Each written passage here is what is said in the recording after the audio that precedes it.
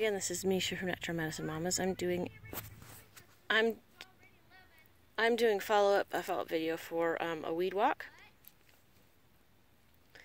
and I'm doing it because I'm getting ready to pull some of these, but I want to show you what they are before I pull them. It's now July, and I did have to cover some of my garden. Mainly because of the purslane that I have, not because I don't like purslane, but because I have so much of it. So I covered part of it to help with that.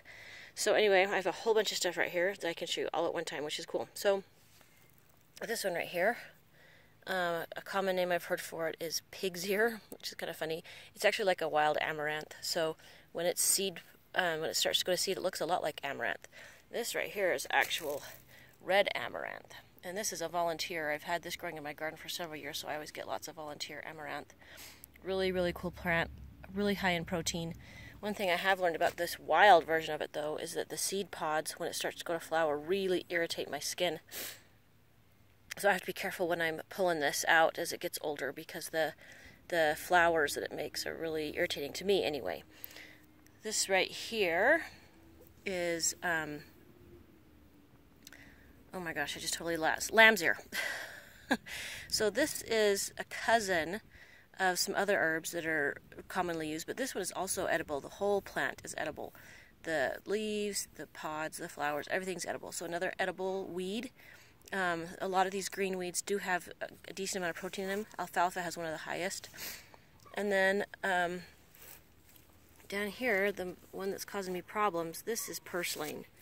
This one. It kind of reminds, has a look of, like a succulent does, kind of has a thicker leaf, and it's a ground cover, and it spreads from seeds and from root clippings. So part of the reason I'm having a problem is from tilling, because if the roots get cut up, it roots and continues to spread.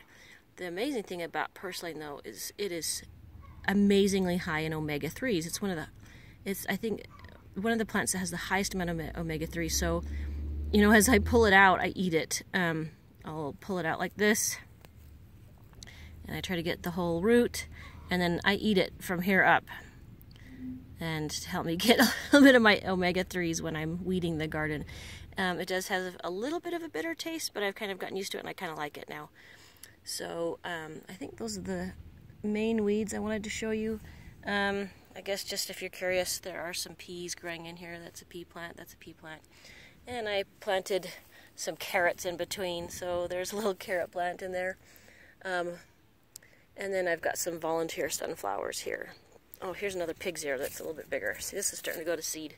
This is going to make the flower head. That's the part that, for me, is really irritating. So, anyway, hope that's another helpful video for you. Oh, let me show you really fast. So this is carrot. That's a baby carrot. But this is dill.